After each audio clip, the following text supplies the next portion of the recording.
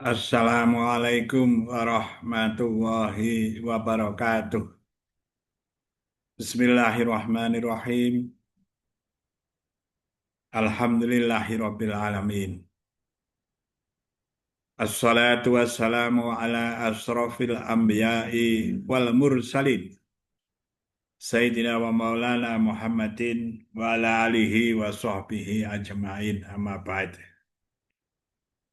Para pemirsa Muzawin Channel yang berbahagia, kita akan bincang-bincang masalah kaitan matematika dan religi untuk memotivasi adik-adik, mbak-mbak, mas-mas semuanya yang sedang belajar, baik di sekolah maupun pesantren, untuk giat belajar matematika. Akhir-akhir ini juga ada ya, berkembang. Agama tidak boleh berlogika. Nah, ini sering diterima dengan cara yang keliru. Agama tidak boleh berpikir kreatif. Ya, sering diterima dengan cara yang keliru. Kalau kreatifnya itu sholat maghrib 3 rakaat lalu menjadi 4 rakaat ya tidak boleh. Hmm. Tapi masalah-masalah yang diartikan hanya masalah-masalah kecil yang kadang kurang berarti yang diperdebatkan. Matematika itu utama ya, fondasi. Bapak-bapak, ibu-ibu, mbak-mbak, mas-mas semuanya, ya, semoga kita diberi tambahan ilmu ya, ilmu keduniaan, ilmu keakhiratan, ilmu umum, ilmu agama. Allahumma inna nas'aluka ilman nafi'a wa rizqan thayyibah wa amalan mutaqabbala. Amin ya rabbal alamin. Bapak-bapak, ibu-ibu, mbak-mbak, mas-mas, adik-adik semuanya perlu diketahui bahwa tokoh-tokoh Islam, matematikawan Islam itu banyak. Semoga adik-adik, mbak-mbak, mas-mas generasi muda menjadi matematikawan Indonesia yang Islami, matematikawan Islam, ilmuwan Muslim yang tentu pada masa kejayaan Islam. Nah, sekarang kalau Islam itu jaya, ya silahkan para muslimin muslimat ini untuk belajar matematika dan untuk kejayaan ilmu juga menjadi matematikawan Muslim. Sebagai contoh, tokoh yang terkenal itu namanya Al-Khwarizmi. Matematikawan Islam Al-Khwarizmi terkenal sebagai bapak aljabar dan algoritma. Bukan saja diakui di dunia Islam, internasional sebagai matematikawan Muslim. Nah, kalau ada orang-orang yang berpikir matematika itu tidak diperlukan, nah ini menghambat. Nah, orang Muslim malah kurang mempelajari matematika ini, ya ya boleh saja itu pilihan, tetapi tidak menghambat ya. Jadi kita ada matematikawan Muslim yang terkenal dengan Bapak Al-Jabar, maka dikenal dengan Al-Jabar Al-Khwarizmi. Ya bukan saja Al-Jabar saja, dan algoritma. Dan juga mengembangkan angka Hindu-Arab. Nah, Hindu-Arab itu yang kita kenal 0 sampai 9 itu, ya, dengan lambang-lambang itu. Ya, ini terkenal. Sekali lagi terkenal bukan hanya di dunia Islam, internasional. Siapa yang belajar matematika di sekolah yang tidak kenal aljabar? Ya. Paling tidak di SD sekolah dasar itu mengenal angka-angka Hindu, Arab, algoritma. Ya. Juga berkaitan dengan pemikiran-pemikiran matematis, ya. Yang di tingkat sekolah menengah pertama itu SMP atau MTS mulai kenal dengan aljabar, dikenalkan dengan aljabar. Itu tiada lain dulu karya Al-Khwarizmi, matematikawan Muslim. Ya. Ada lagi yang lain apa hanya satu? Masih banyak. Ya. Ada yang Al-Biruni.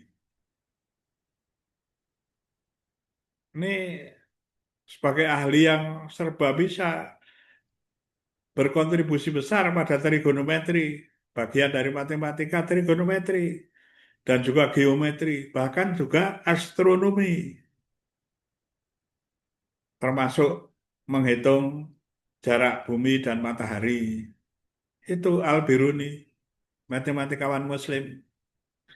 Ada Omar Khayyam, ya, ini juga penyair, ya, dan ahli matematika yang bekerja di teori bilangan dan geometri. Ya, tentu di geometri mengembangkan permasalahan-permasalahan berkaitan dengan kubus, ya, dan sebagainya. Abu Wafa Al-Bulzani, matematikawan dan astronom, ya. Ya, di samping keahliannya di matematik juga astronom ilmu perbintangan. Ini dari Persia. Juga ini kontribusi dalam tulisan-tulisannya berkaitan dengan trigonometri dan astronomi. Al-Batani ini astronomi juga, ahli perbintangan dan trigonometri yang menyempurnakan tabel trigonometri termasuk fungsi sinus. Ya, kalau trigonometri adik-adik Bapak tahu itu ada sinus, kosinus, ya, tangan, kotangan, sekan, kosekan, dan sebagainya. Itu hal yang sederhana, masih banyak fungsi-fungsi trigonometri lainnya. Ya. Al-Kindi, ya, itu menyumbangkan pada logika matematika. Logika itu berpikir, alat berpikir. Nanti beda dengan hati, ya. Berpikir itu alatnya, akal itu alatnya hati. Berpikir logika, berlogika dengan baik. Juga ada yang mengembangkan kalkulus, Al-Karaji. Ya. Ya, tentu saja berkaitan dengan berbagai permasalahannya juga, ya. Menulis buku.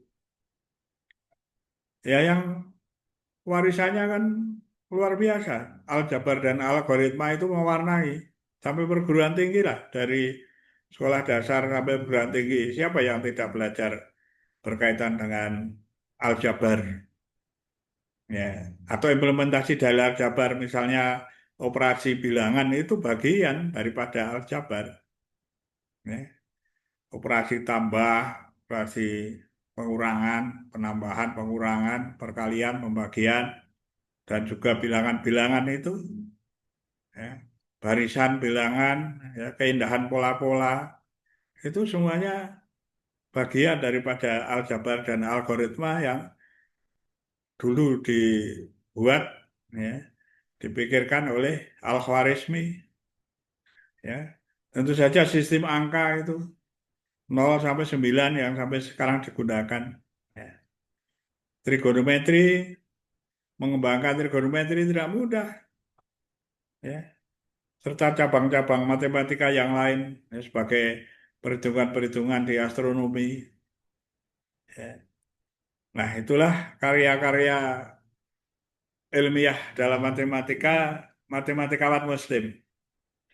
Karena itu, Mbak-mbak, mas-mas, adik-adik semua sebagai generasi muda, Dimanapun berada, muslimin muslimat, tekun berpikir, belajar berpikir, belajar matematika, supaya cerdas, supaya bisa berpikir logis, kritis, kreatif, dan inovatif untuk mendukung ya apa yang menjadi di dada seseorang sebagai seorang muslim, muslimat, mukminin, mukminat ya sehingga memperkuat di dalam pemikirannya. Imam Ghazali itu juga sering menulis ya di Al-Awqat itu ada beberapa eh, yang berkaitan dengan matematika seperti Magic Square. Nah, Imam Ghazali mengenal Magic Square dan membuat itu. Ya, bahkan unik untuk langkah-langkah kuda misalnya yang bukan hanya untuk kolom-kolom yang ganjil saja, juga kolom-kolom yang genap. Ya, pelajari, coba dicek Magic Square persegi ajaib ya yang juga mengenal itu Imam Al-Ghazali. Ya juga kita semua tentu saja bermanfaat untuk belajar matematika, untuk perhitungan, untuk perdagangan, untuk bisnis, untuk ekonomi. Ya. Ada yang sekarang itu ada bank syariah ya perlu saja perhitungan-perhitungan yang rumit dan juga tentu untuk hal-hal yang lain seperti ilmu falak dan sebagainya perlu matematika yang lebih tinggi. Syukur nanti muncul ilmuwan-ilmuwan ya yang Islami. Paling tidak kelihatan orang-orang Islam yang ilmuwan, yang ahli matematika dan juga bukan hanya matematika saja, bisa ahli fisika, tapi juga bisa matematika dengan baik, ya bisa berpikir dengan baik, berlogika dengan baik, ya untuk menguatkan, menambah kuatnya keimanan seseorang. Nah, bukankah kita semua ini diminta untuk selalu tafakur? A'udzubillahi minasyaitonirrajim. Alladzina yadhkuruna Allaha qiyaman wa qu'udan wa 'ala junubihim wa yatafakkaruna fi khalqis samawati wal ard. Rabbana ma khalaqta hadza batila subhanaka faqina adzabannar. Kita tafakur tentang penciptaan langit dan bumi, tentang ciptaan-ciptaan Allah semuanya kita tafakur. Makanya kadang-kadang ada matematika yang namanya matematika kontekstual, ya matematika yang berkaitan dengan eh, lingkungan-lingkungan atau benda-benda di sekitar kita, lalu dipelajari. Juga matematika yang bersifat abstrak yang lebih tinggi, seperti belajar aljabar, analisis real, ya, atau statistik, statistik matematik yang lebih tinggi, ya semuanya bisa dipelajari secara ilmu yang bisa diterapkan. Demikian Bapak-bapak, ibu-ibu, mbak-mbak, mas-mas, adik-adik semuanya. Semoga bermanfaat. Ya, wallahul muwaffiq ila aqwamit thoriq. Assalamualaikum warahmatullahi wabarakatuh.